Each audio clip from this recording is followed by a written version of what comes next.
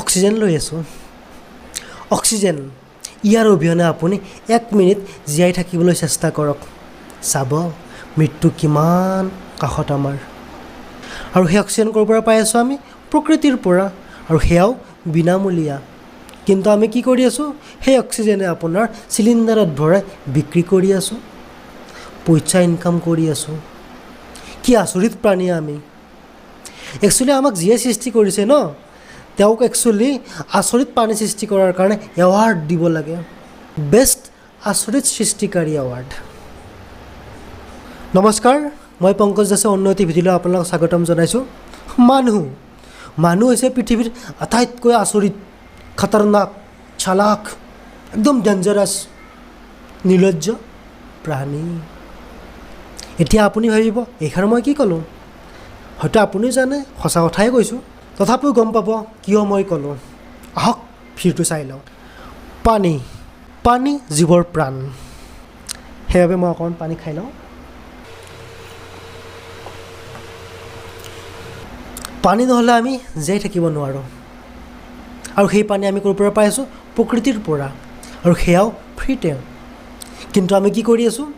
সেই পানীও বটলত ভৰাই বিক্ৰী কৰি আছোঁ, লিটাৰত 10 টকাৰ পৰা আদি কৰি হাজাৰ লাখ টকালৈ। কেইদিনমান আগত এটা নিউজ আহিছিল নহয়, নীতা আম্বানীয়ে বোলে কিবা লাখ টকাৰ নে কিবা টকাৰ পানীয়ে খায় বোলে। বাও, খাবও পাৰে ন। এতিয়া সকলোকে থাকিবৰ কাৰণে লাগিল মাটি, আৰু সেই মাটিও দি আছে আমাক প্ৰকৃতিয়ে। আচলতে প্ৰকৃতিয়ে সেয়াও ফ্ৰীতে দি আছিল আমাক। কিন্তু আমি মানুহবোৰে ইয়াৰ ওপৰত মাথা লগাই এনেকুৱা এটা দিন আনিলোঁ, যাৰ ফলত আজিৰ ডেটত এইখিনিমান মাটিৰ দাম লাখৰো অধিক। কি আচৰিত ন আমি। নেক্সট, আমি কি খাই আছোঁ? ফল মূলৰ পৰা আদি কৰি, শাক পাচলিৰ পৰা আদি কৰি বহু ধৰণৰ বস্তু। আৰু সেই ফল মূলো দি আছে আমাক কোনে? প্ৰকৃতিয়ে, তাকো বিনামূলীয়াকৈ। কিন্তু আমি কি কৰি আছোঁ? তাতেও বিজনেছ আৰম্ভ কৰি দিছোঁ। আপেলৰ দাম ইমান টকা, কলৰ দাম ইমান টকা। মাথা ন আমাৰ, পাত্তা পাব জানো কোনোবাই?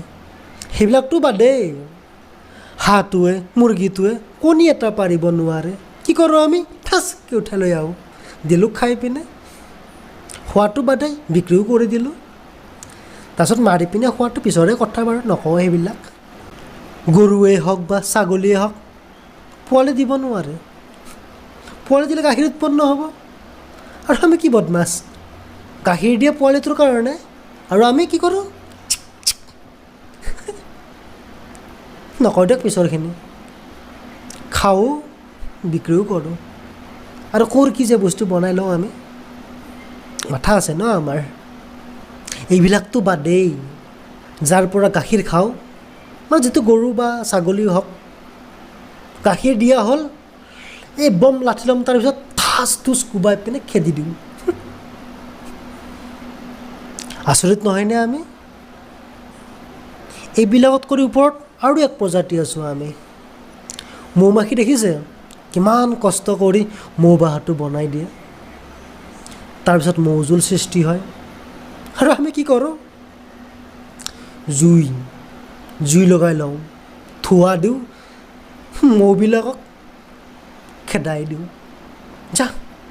আৰু তাৰপিছত মৌজোলবিলাক নিজেও খাম, বিক্ৰীও কৰিম। কিমান কষ্ট কৰি বেচেৰাহঁতে বনাইছিল, বেচেৰাহঁতে খাবতো নাপালে নায়ে, ঘৰো গ'ল সিহঁতৰ। কি ধ্বংসকাৰী আমি, নহয়নে বাৰু? এইবোৰ কথা কৈ থাকিলে শেষ নহ'ব। মহাভাৰত কিমান দীঘল, তাত কৰি বহুত দীঘল হৈ যাব এইবোৰ, লাষ্টত শব্দ নোহোৱা হৈ যাব। কিন্তু এইবোৰ চলিয়ে থাকিব। মানে এটাই কথা, প্ৰকৃতিয়ে আমাক সকলো বস্তু দি আছে, কিন্তু আমি প্ৰকৃতিক কি দি আছোঁ? মানে বাবাজিকা ঠুল্লু। এই মন গ'ল গছডাল দিলোঁ কাটি, এই মন গ'ল দিলোঁ জাবৰবিলাক দলিয়াই পানীত, এই মন গ'ল দিলোঁ পানীত পেলাই ক'লা ক'লা লেতেৰা বস্তুবিলাক, যাৰ ফলত নদীৰ পানীও চাফা নাই, একোৱেই চাফা নাই। গছ গছনিটো নায়েই আজিৰ ডেটত। সেইফালেতো কিমান জীৱ জন্তু হত্যা ক'বই নালাগে। কি ধ্বংসকাৰী প্ৰাণী আমি, ভাবিলে দুখ লাগে কেতিয়াবা।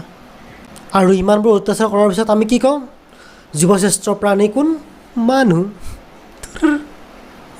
কি নিৰ্লজ্জ কথা। জীৱশ্ৰেষ্ঠ নহয়, নিৰ্লজ্জৰ শ্ৰেষ্ঠ প্ৰাণী কোন? মানুহ। কথাষাৰ হজম নহয়। ময়ো নিজে মানুহ, কিন্তু সত্য ন, অপ্ৰিয় সত্য। গতিকে অকণমান সংযমী হোৱা উচিত আমিবোৰ। কাৰণ এই প্ৰকৃতিত অকল আমি জীয়াই থকা নাই, বহুত জীৱ জন্তু জীয়াই আছে। গতিকে সকলোৰে লগত একেলগে জীয়াই থকাটো উচিত। আমি কৰিব লাগিব। আমি গাখীৰো খাব লাগিব, আমি মাছ মাংস খাব লাগিব, ফল মূলো খাব লাগিব, চব খাব লাগিব। কিন্তু অত্যাচাৰ নহয়। অত্যাচাৰ কৰাটো খুব বেয়া কথা। তেন্তে বিশেষ একো নকওঁ। ভিডিঅ'টো ভাল পালে লাইক কৰিব, ছাবস্ক্ৰাইব কৰিব। আজিলৈ ইমানে, ধন্যবাদ।